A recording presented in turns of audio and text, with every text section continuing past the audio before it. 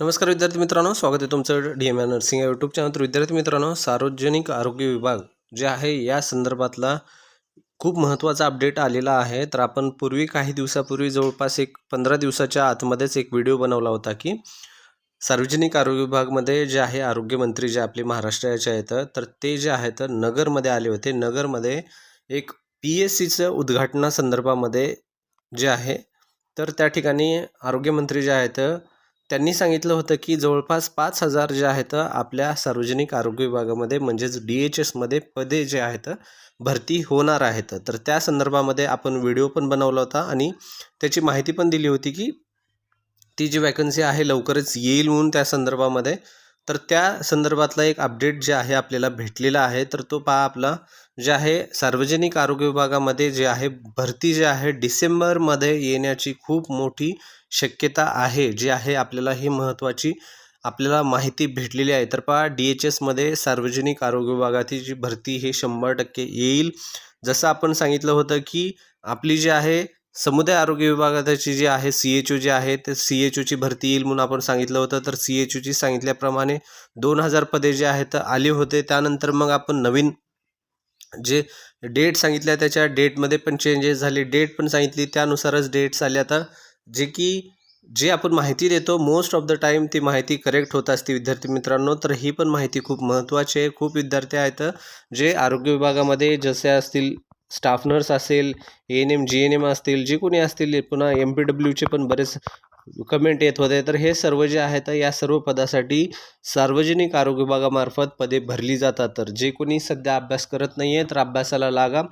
खूप महत्त्वाची माहिती आहे. कारण नगरमध्ये जेव्हा सार्वजनिक आपले आरोग्यमंत्री आहेत, आरोग्यमंत्री गेले होते तेव्हा PSCच्या उद्घाटनामध्ये तेव्हा अण्णा हजारेच्या गावामध्ये जे PSC होती त्या PSCच्या उद्घाटनामध्ये त्यांनी सांगितलं होतं की जे आहे वित्त विभागाकडे ही पदभरतीची मंजुरीसाठी गेलं होतं.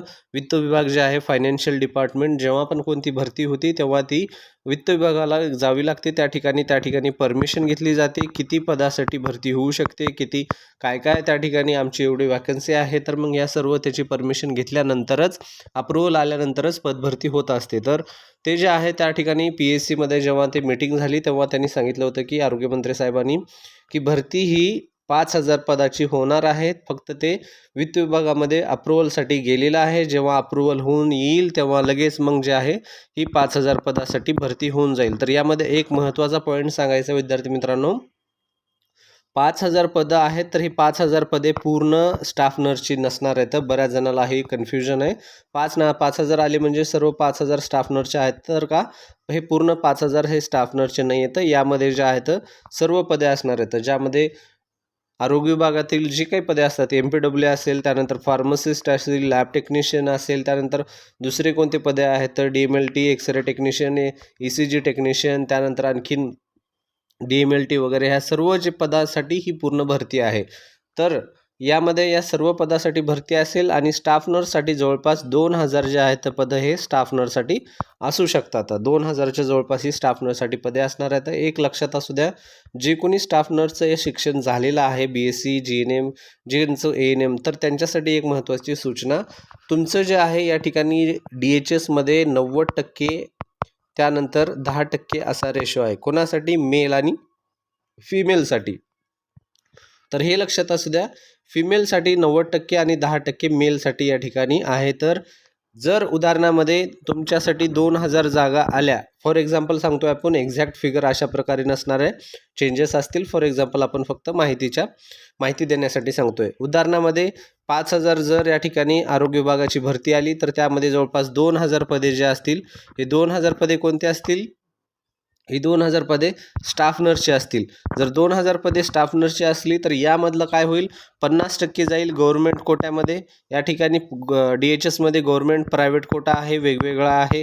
तर 50% गेले गव्हर्नमेंटच्या विद्यार्थ्यांना, 50% गेले प्रायव्हेटच्या विद्यार्थ्यांना.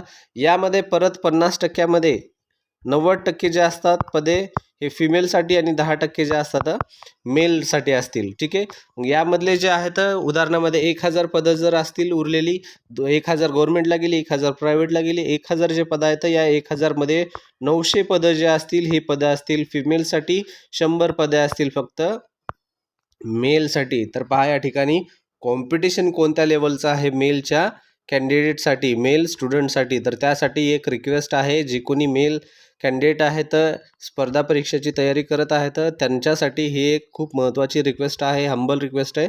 अभ्यासाला लागा, कारण तुमचं कॉम्पिटिशन खूप जास्त असणार आहे. ठीक आहे. यामध्ये तुम्हाला स्पर्धा पण खूप मोठी असणार आहे. तुमचं अभ्यास असणं खूप गरजेचं आहे. या ठिकाणी IBPS किंवा TCS कोण एक्झाम घेईल हे सांगता येत नाही, कारण CHOची जी एक्झाम आहे हे IBPS घ्यायला लागले. तर या ठिकाणी जे आहे DHS हे पण IBPS घेऊ शकतं किंवा मग TCS घेऊ शकतं. त्यामध्ये तुम्हाला रेफरन्स दोन्हीचा घ्यावा लागेल. तुम्हाला जे आहे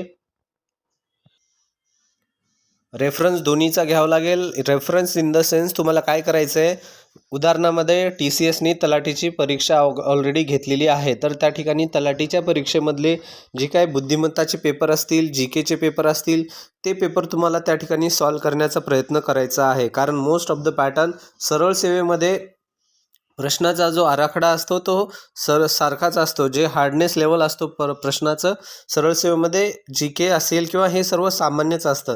त्यासाठी तुम्हाला काय करायचं आहे, IBPS जर असेल तर IBPSचे तुम्ही काय करायचे, तर क्वेश्चन पेपर थोडेसे जे काही तुम्हाला भेटतील, अवेलेबल होतील, त्या IBPSचे क्वेश्चन पेपर तुम्हाला सॉल्व करण्याचा प्रयत्न करायचा आहे. ज्यामध्ये GK असेल, रिझनिंग असेल, मॅथ असेल, ह्या ठिकाणी मराठी ग्रामर असेल, ह्या सर्व गोष्टी तुम्हाला सॉल्व करायचं आहे. ठीक आहे. ह्या सर्व गोष्टी तुम्हाला आल्या पाहिजे, हे येणं गरजेचं आहे. TCS असेल तर TCSचा फॉर्मॅट यूज करा. तुम्ही जे असेल तुमच्याकडे पेपर काही, तर ते सॉल्व करण्याचा प्रयत्न करा.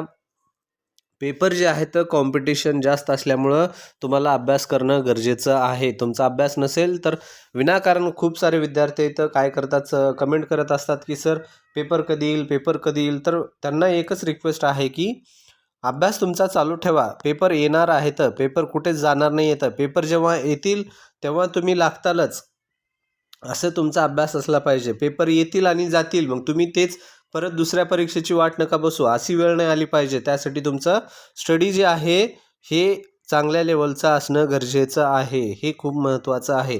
तुम्हाला मी हार्डनेस पण सांगितलेलं आहे, तुम्हाला किती हार्ड पेपर येऊ शकतात किंवा मग तुम्हाला कॉम्पिटिशन किती लेवलचं आहे ते पण तुम्हाला ही माहिती मी सांगितलेली आहे. पेपर हार्ड असू शकतो, कॉम्पिटिशन तर जास्त आहे, ऑलरेडी सांगितलेलं आहे तुम्हाला. प्रायव्हेट विद्यार्थ्यांसाठी तर परत खूप जास्त कॉम्पिटिशन आहे, गव्हर्नमेंटवाल्यांसाठी तर असणारच आहे. प्रायव्हेटवाली त्यांच्यासाठी आणखीन जास्त असेल. त्यातल्या त्यात बॉईज विद्यार्थ्यांसाठी खूप जास्त आहे. बॉईजसाठी कारण त्यांचं 10%च रेशो असणार आहे. गव्हर्नमेंटचे विद्यार्थी हे कमी बाहेर पडतात पास होऊन, कारण त्यांचे ठराविकच कॉलेज आहेत. प्रायव्हेटमध्ये खूप सारे कॉलेजेस असल्यामुळं प्रायव्हेटचे जे आहेत विद्यार्थी खूप सारे बाहेर, आउटपुट जास्त आहे प्रायव्हेटचं. त्यानंतर आउटपुट जास्त पडल्यानंतर मग त्या प्रकारेच त्यांचं मेल फिमेलचा रेशो पण जास्त असणार आहे. त्यामध्ये मेलचे जे आहेत कॅन्डिडेट कमी त्या ठिकाणी आता राहिलेले नाही आहेत, त्या ठिकाणी जास्त झालेले आहेत. अगोदर पूर्वीपेक्षा जास्त लोकांना माहिती झालेलं आहे नर्सिंगचं एज्युकेशन. त्यामुळं तुम्हाला हे अभ्यास करणं पण गरजेचं आहे. पासआउट विद्यार्थी पण जास्त येत आहेत. तर ही खूप महत्त्वाची अपडेट होती विद्यार्थी मित्रांनो, जे तुम्हाला सांगायची होती.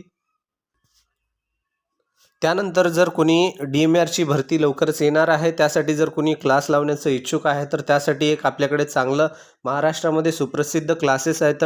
सक्सेस करिअर अकॅडमीचे क्लासेस जे आहेत आपल्याला ऑनलाईन पद्धतीने अवेलेबल भेटणार आहेत. जर जो कोणी लावणारा इच्छुक असेल तर त्यांनी लावू शकतं. तुम्हाला काय करायचं आहे, सक्सेस करिअर अकॅडमी प्ले स्टोअरवर जाऊन तुम्हाला या ठिकाणी ॲप डाउनलोड करायचं आहे. सक्सेस करिअर अकॅडमी या नावाचं हे जे आहे तुम्हाला टेक्निकल आणि नॉन टेक्निकल दोन्ही पोर्शन कव्हर केलं जातं.